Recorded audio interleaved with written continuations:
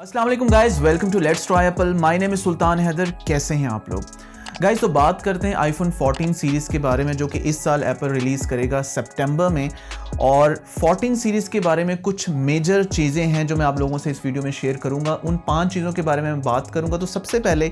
मैं आपको जो चीज़ बताने जा रहा हूं वो ये है कि इस साल एप्पल अपने जो 4 ही मॉडल रिलीज़ करेगा पिछले सालों की तरह, लेकिन थोड़ा सा डिफरेंस हमें देखने को ये मिलेगा कि एप्पल इस साल जो है आईफोन 14 मिनी की जो सीरीज़ है, यानी मिनी का जो मॉडल है उसको स्किप कर देगा, उसको रिलीज़ नहीं करेगा। उसकी जगह एक बहुत ही कमाल की बात यह है कि एप्पल जो है वो सेम स्ट्रक्चर में, सेम उसका जो है साइजेज़ में हमें प्रो मॉडल्स भी और जो नॉन प्रो मॉडल्स हैं वो उसको हमें देखने को मिलेंगे। यानी कि अगर हम बात करें प्रो मॉडल्स की तो वहाँ पे हमारे पास आईफोन 14 प्रो और 14 प्रो मैक्स हैं, जिसमें जो साइजेज़ हैं 14 प्रो जो है वो 6.1 इंच डिस्प्ले में है और जो 14 प्रो मैक्स है वो 6.7 इंच डिस्प्ले में। और ऑन द अदर साइड हमारे पास जो आईफोन 14 मॉडल है वो 13 की तरह 6.1 इंच डिस्प्ले में एप्पल रिलीज़ करेगा। लेकिन मिनी का जो वर्जन था एप्पल उसको स्किप करते हुए एक 14 मैक्स के नाम से या कोई भी और नाम इसका हो सकता है। यानी एक तरफ हमें आईफोन 14 और 14 मैक्स जो है वो 6.1 इंच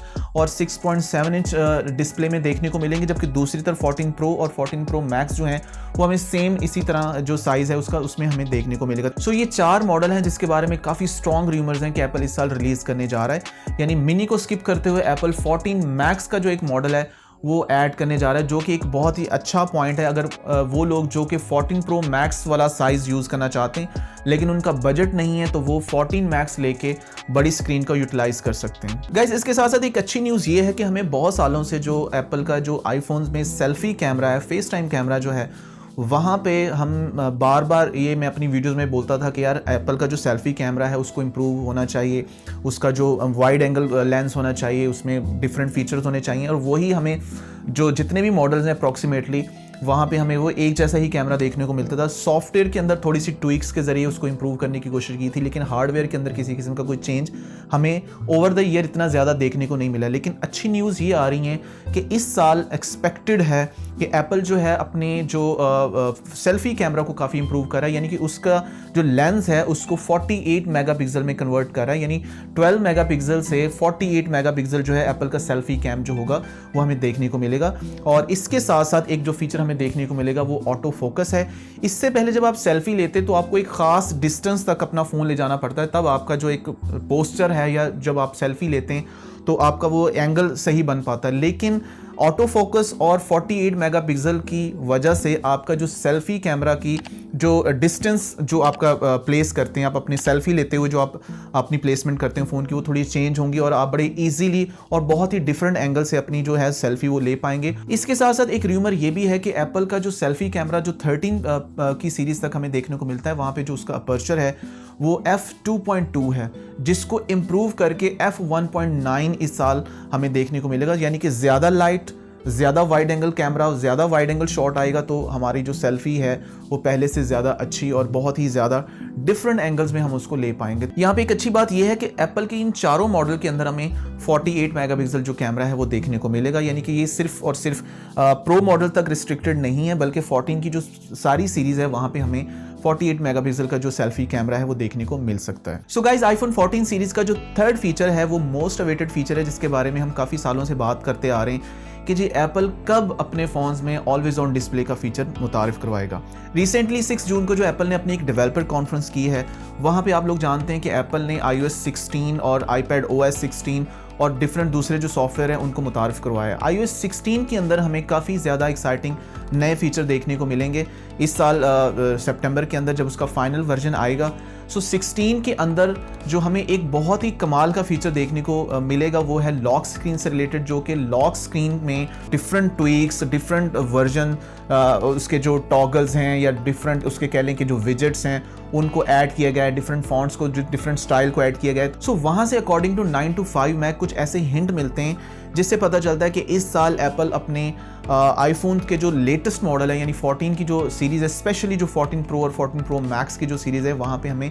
ऑलवेज ऑन डिस्प्ले का जो फीचर देखने को मिलेगा। अब यहाँ पे एक चीज़ ये भी अपने माइंड में रखिएगा कि एप्पल हो सकता है कि इस साल अपने जो प्रो मोशन डिस्प्ले का जो 120 हर्ट्ज रिफ्रेश रेट है उसको मज़ीद इंप्रूव करते हुए 14 के जो मॉडल है, स्पेशली जो 14 प्रो और प्रो मैक्स के जो मॉडल है, वहाँ पे उनका जो मिनिमम रिफ्रेश रेट है उसको 1 हर्ट्ज तक लेके जाए। इससे पहले आपको पता है कि आईफोन 13 प्रो के जो मॉडल्स हैं, प्रो और प्रो मैक्स का जो मॉडल है, वहाँ पे जो मिनिमम रिफ्रेश रेट जब आप फ़ोन को यूज़ नहीं कर रहे होते तो वो 10 हर्ट्ज तक जाता है, जिसकी वजह से आपकी जो बैटरी होती है वो काफ़ी ज़्यादा सेव हो जाती है, यानी कि उसकी बैटरी कंजम्पशन जो होती है वो रुक जाती है। इसी तरह से एप्पल जब ऑलवेज ऑन डिस्प्ले का जो फीचर है वो 14 के प्रो और 14 प्रो मैक्स के मॉडल में रिलीज़ करेगा, तो वहाँ पे इसके जो हर्ट्ज रेट है उसको मिनिमम 1 तक ले जाएगा, जिस तरह आपको एप्पल की वॉचेस में देखने को मिलता है कि वहाँ पे जो ऑलवेज ऑन डिस्प्ले का जो फीचर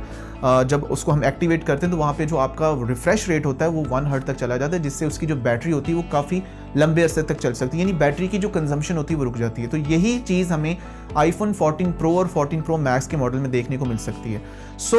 अब मसला ये है कि एप्पल का जो ये फीचर है वो रिस्ट्रिक्टेड है आईफोन 14 प्रो और 14 प्रो मैक्स के मॉडल तक, लेकिन इसको टेस्ट करने के लिए हो सकता है कि एप्पल अपने बीटा वर्जन में ये 13 तक की इसकी कैपेबिलिटीज़ रखेगी, यानी 13 प्रो और 13 प्रो मैक्स के फ़ोन्स के ऊपर इसको टेस्ट किया जा सके, ताकि बाद में फाइनली जब इसको 14 और 14 प्रो मैक्स के मॉडल पे रिलीज़ किया जाए तो इसके अंदर किसी किस्म का कोई मसला ना हो। अब यहाँ पे कुछ डेवलपर्स का ये कहना है कि एप्पल का ये जो ऑलवेज ऑन डिस्प्ले का जो फीचर है ये एप्पल के 14 सीरीज़ से जो पिछले मॉडल्स हैं यानी 13 प्रो और 13 प्रो मैक्स की सीरीज़ पे भी लॉन्च किया जा सकता है, लेकिन फ़िलहाल एप्पल हो सकता है कि एक्सक्लूसिवली ये वाला फीचर हमें आईफोन 14 प्रो और 14 प्रो मैक्स के जो मॉडल है वहाँ पे हमें इसको मुतारिफ करवाएगा। सो फ्रेंड्स, अब हम बात करते हैं उस फोर्थ मेजर चेंज के बारे में जो इस साल हमें 14 सीरीज़ में देखने को मिल सकता है। वो चेंज है नॉच का चेंज। यानी आप सब जानते हैं कि आईफोन 10 से लेके आईफोन 13 की सीरीज़ तक हमें नॉच देखने को मिली है।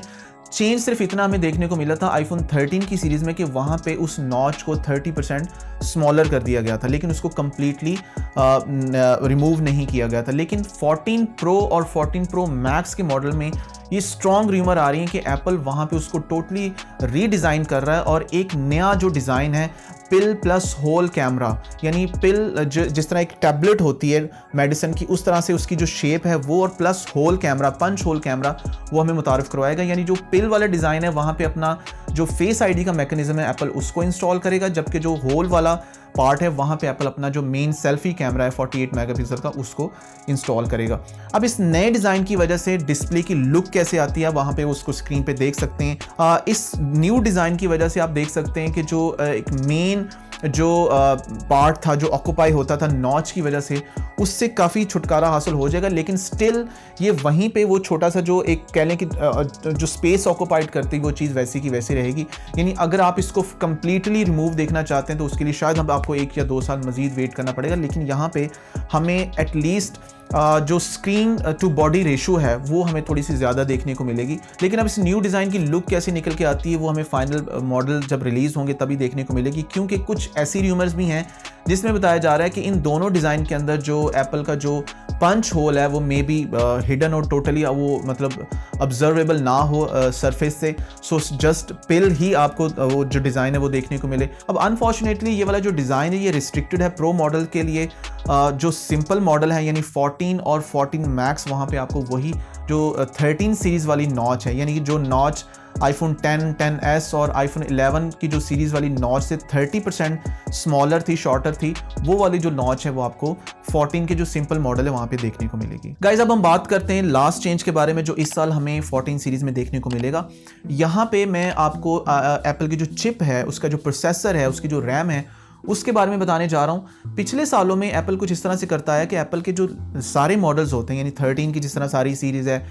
11 की सारी सीरीज़ है, 12 की सारी सीरीज़ है, इसमें जो प्रो मॉडल हैं या नॉन प्रो मॉडल हैं, एप्पल इन सारे मॉडल्स के अंदर अपनी एक ही चिप देता था। यानी 13 की जितनी भी सीरीज़ हैं प्रो और नॉन प्रो मॉडल, वहाँ पे हमें A15 बायोनिक चिप देखने को मिलती है, और उससे पीछे जाएं जो 12 की सीरीज़ है वहाँ पे हमें A14 बायोनिक चिप देखने को मिलती है। सो इस साल जो इस ट्रेडिशन को ब्रेक करते हुए एप्पल जो अपना काम कर रहा है वो ये है कि एप्पल के जो नॉन प्रो मॉडल्स हैं, यानी एप्पल